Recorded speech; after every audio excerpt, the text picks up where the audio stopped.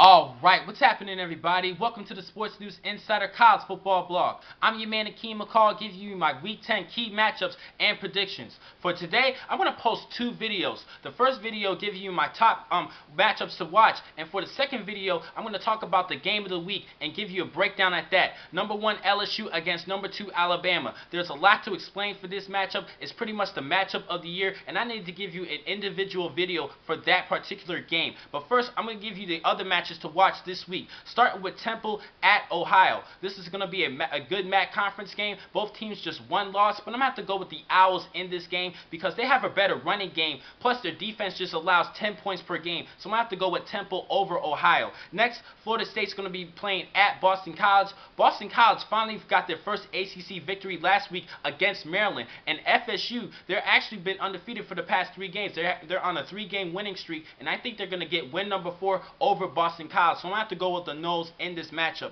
Next, my Texas Longhorns is at home against Texas Tech. Texas Tech showed a lot of promise a couple weeks back when they beat Oklahoma at Norman, a major upset, but last week they were hammered by Iowa State 41-7. So I'm going to have to go with the Texas Longhorns in this game because they have a better defense, plus Texas is at home.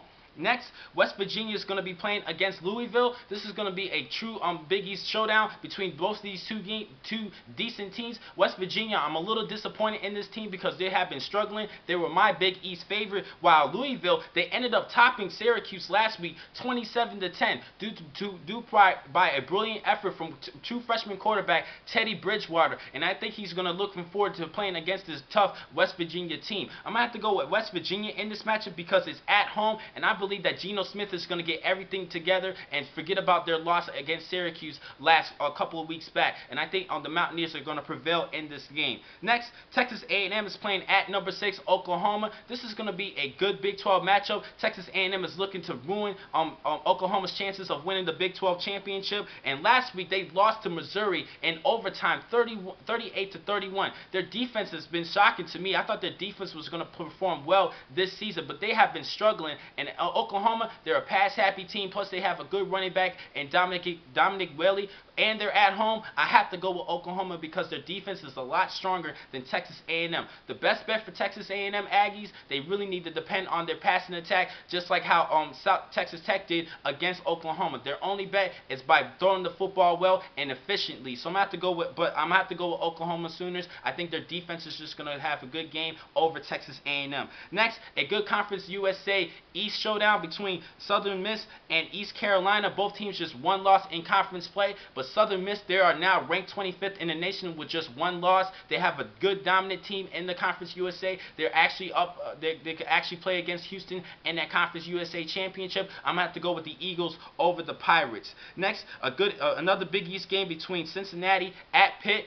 Both teams decent offenses, but Pitt's defense has been struggling, plus the consistency of quarterback Sinceri from Pitt. I think he's going to struggle in this matchup against Cincinnati, even though Pitt is at home. I'm going to have to go with the Bearcats in this game. They're the Big East leader, and plus their quarterback Zach Collaros is having a great season. He might be up for the Big East Offensive Player of the Year. So I'm going to have to go with Cincinnati in this game. Next, a big SEC matchup between South Carolina at number 7 Arkansas. Both teams are ranked in the top 10. Last week, South Carolina's defense had a good game, holding Tennessee to just 3 points, but their offense struggled just getting 14 points. Now, Arkansas, I do like this team, and I do believe that they belong in this top 10 at number 7. They have a great team, showed a lot of courage for the past couple of weeks with good victories over Ole Miss, comeback victories over Ole Miss, and Vanderbilt had a couple of tough matchups, but they showed that they're a tough team. Now, going back to the defense for South Carolina, they did held the Tennessee Vols to just 3 points, but Tennessee played without quarterback Tyler Bray, and this week they're playing one of the top quarterbacks in the SEC in Tyler Wilson, and I think they're going to struggle in this matchup. So I'm going to have to go with Arkansas in this game. Next, a Big 12 matchup between Kansas State at number 3 Oklahoma State. Now, I said this before, Kansas State's going to struggle for the remainder of the season. They have a lot of tough matchups. They lost last week. They got killed by Oklahoma 58-17, and this week they're playing against Oklahoma, and they have Texas in the future. And we all seen how good this Kansas State team is, but they pretty much fought against tougher opponents, and I think they're going to struggle in this game against the Cowboys. So I'm going to have to go with Oklahoma State remaining undefeated for the season. Next, upset alert game between Washington and Oregon. Oregon quarterback Darren Thomas is back. He came back last week against Washington State, and I think he's going to have a good game against the Huskies. Huskies have a good offense as well with Keith Price and running back Chris Polk, who has 1,000 yards this season, leading the way. But I'm going to have to go with the Oregon Ducks because they have too many weapons on offense, and I think they're going to have a good game at Washington. Now, I got to give you my upset game of the week. For this week, it was very tough to give you my upset. I believe that all these ranked teams should win this week, but the team